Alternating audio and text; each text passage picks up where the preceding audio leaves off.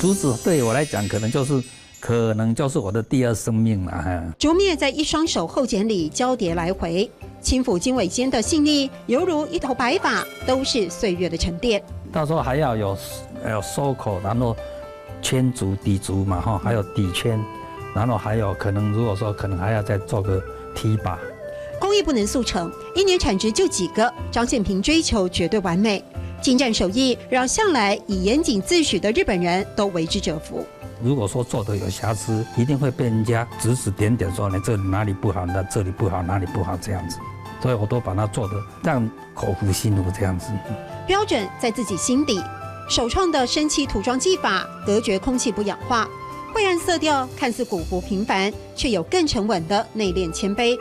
我是第一次把它应用在那个竹编器上面，用生漆去涂装，涂了3、4次、4、5次以后，它颜色会越来越深。沧桑中照见温润，悉心修整不扎手，艺术家的厚实情感渗透了每个细微脉络。这个材料要经过很多，差不多有10来道左右的处理经过了然后材料才能够做得很滑手，然后编做起来的那个作品，我们的触感才会麻豆浓厚。麻豆浓厚就是会很好摸，对不对？而且这样看真的触工懂优哦。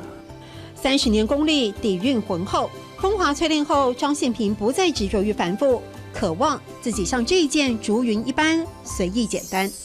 张宪平老师将竹编技艺提升到了艺术殿堂，故宫博物院也收藏他的作品，他还是新传奖最年轻的得主。但就像竹子的血怀若谷，他老师说还有着不满意，也让我们见到大师的力求精进。